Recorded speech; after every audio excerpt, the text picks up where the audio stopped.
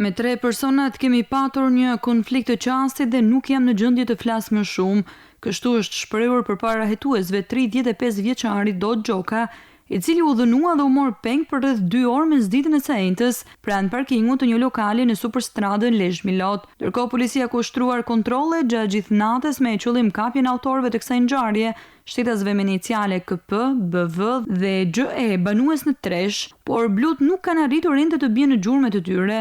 Dyshimet janë se ata mund të jenë fshehur në zonën e Mjërditës, ndërsa në lidhje me ngjarjen po vijojnë hetimet. Nga veprimet paraprakë të kryera, dyshohet se ngjarja të ketë ndodhur në lidhje me çështjen e heceve që do të ndërtohen në zonën e Kaçinarit të Mjërditës, ku një pjesë e banorëve i kundërshtojnë këto projekte. 35 vjeçari Dot Gjoka rezulton të jetë punonjës i sigurisë pranë kompanisë dhe banorët e kanë akuzuar se po ushtron presionin ndaj personave që janë kundër ndërtimit të hidrocentraleve, ku u zhvillua dhe një protestë të dielën që lan pas në zonën e Kaçinarit. Nga tërësia e veprimeve hetimore dhe kqyrja e kamerave të sigurisë rezulton se 3 autorë, të cilët lëviznin me një automjet tip Benz, i kanë ndjekur lëvizjet e 35 vjeçarit dhe sapo ka hyrë në parkingun e një lokali në superstradën Lezhë Milot, janë konfliktuar me të dhe më pas e kanë marrë forcërisht në makinën e tyre dhe janë larguar në drejtim të Mjërditës.